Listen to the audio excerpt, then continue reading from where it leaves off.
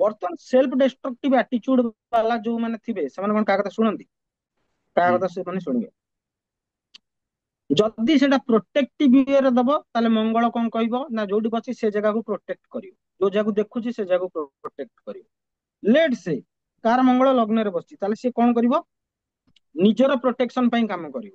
ତା ଉପରେ ଯଦି କିଛି ଆଞ୍ଚ ଆସିଗଲା, ଭାଇ ସେ ସେନାପତି ଗ୍ରହ ଜଗତର, ସେ କହିବ ମୁଁ ଛାଡିବିନି ଭାଇ, ଯାହା ହଉଛି ହେଇଯାଉ।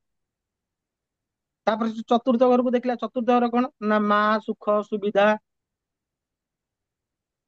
ତାର ସୁବିଧା, ତାର ନିଜସ୍ୱ ସୁବିଧାରେ ଯଦି କିଛି ଅସୁବିଧା ହେଇଗଲା ସିଏ ଭାଇ ଛାଡିବନି।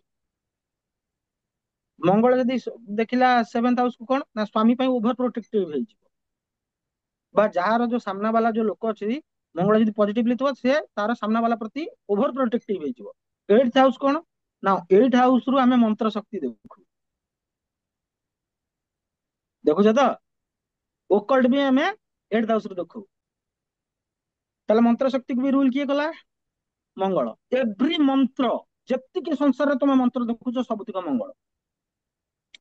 ବୀଜ ମନ୍ତ୍ର ହଉ, ନାମ ମନ୍ତ୍ର ହଉ, ଯୋଉ ମନ୍ତ୍ର ହଉ, ଏ ଯୋଉ ଜିନିଷ ଶକ୍ତି ସହିତ ଯାହା ରିଲେଟେଡ ସବୁତିକ ମନ୍ତ୍ର, ସବୁତିକ ମଙ୍ଗଳ ମଙ୍ଗଳ ରୁଲ କରେ। ତେଣୁ ଯାହାର ମଙ୍ଗଳ ଇନଫ୍ଲିକ୍ଟେଡ ଥିବ ସେ ତାର ଶକ୍ତିକୁ କୋଉଥିପାଇଁ ୟୁଜ କରିବ ନା ଡେଷ୍ଟ୍ରକ୍ଟିଭ ପର୍ପୋଜରେ। ଆଉ ଯାହାର ମଙ୍ଗଳ ପଜିଟିଭଲି ଥିବ ସେ କଣ ପାଇଁ ୟୁଜ କରିବ? ପ୍ରୋଟେକ୍ଟିଭ ଚକ୍କରରେ।